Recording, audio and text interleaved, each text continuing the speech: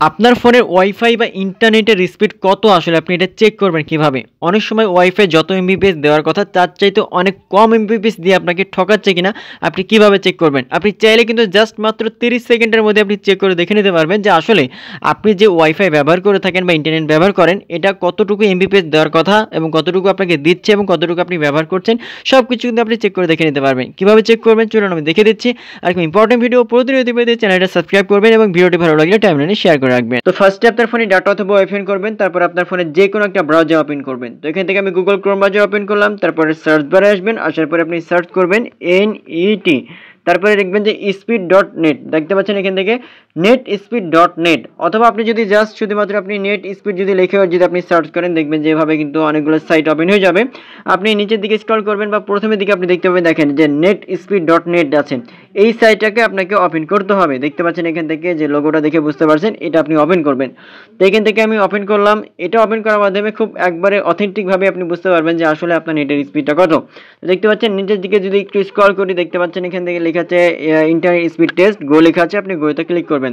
যখন আপনি গোতে ক্লিক করবেন নিচের দিকে দেখতে পাচ্ছেন এখান থেকে একটা টাইমিং উঠতেছে, এখান থেকে 100% হয়ে গেলেই আপনি কিন্তু খুব সহজে আপনাকে বলে দিবে যে আসলে আপনার ডাউনলোড স্পিড কত এবং আপনার আপলোডিং স্পিড কত, ইন্টারনেটের স্পিড কত, সব কিছু কিন্তু আপনি এখান থেকে জানতে পারবেন। এবং নিচের দিকে আপনি আরও কিছু ইনফরমেশন জানতে পারবেন যেটা 100% হলেই বোঝা যাবে। তো এখন আমরা জাস্ট 100% হওয়া পর্যন্ত একটু ওয়েট করব। তো অলরেডি আপনারা দেখতে পাচ্ছেন এটা 100% হয়ে গেছে এবং এখান থেকে ইন্টারনেটের স্পিডটা বলে দেওয়া হয়েছে ইওর এভারেজ স্পিড 4.65 Mbps। দেখতে পাচ্ছেন ডাউনলোড স্পিড কত এখানে দেওয়া আছে এবং আপলোডের স্পিড কত এখান থেকে দেওয়া আছে, অর্থাৎ সব কিছু আপনি দেখতে পারবেন।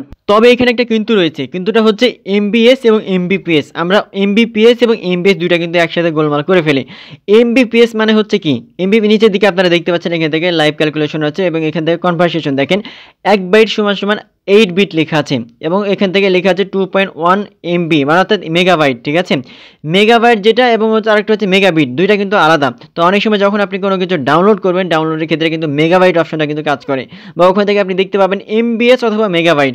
তো ওইটার সাথে কিন্তু আপনাকে 8 কিন্তু গুণ করতে হবে। ঠিক আছে, 8 গুণ করলে কিন্তু আপনি MBPS পাবেন, কারণ আপনাকে ওয়াইফাই যেটা MBPS হিসাবে কাউন্ট করা হয়, MBPS যেটা আপনাকে দেওয়া হচ্ছে ওইটা কিন্তু ডাউনলোড করার সময় MBS হিসাবে কাজ করে, অর্থাৎ ওইটার সাথে আপনাকে 8 গুণ করলে কিন্তু আপনি MBPS পেয়ে যাবেন। বাট আদার্স ক্ষেত্রে আপনি আপলোডিংয়ের ক্ষেত্রে বা এমনিতে আপনি যখন আপনি স্ক্রলিং করবেন ব্রাউজিং করবেন তখন কত MBPS পাচ্ছেন এটা কিন্তু সচরাচর নর্মাল, এটার সাথে কোনো কিছু গুণ করা লাগবে না।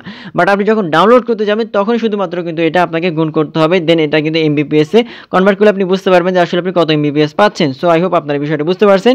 সো এরকম ইম্পর্টেন্ট ভিডিও প্রতিনিয়ত পেতে এই চ্যানেলটা সাবস্ক্রাইব করবেন এবং ভিডিওটি ভালো লাগলে অবশ্যই আপনার টাইমলাইনে শেয়ার করে অন্যকে দেখার সুযোগ করে দিবেন।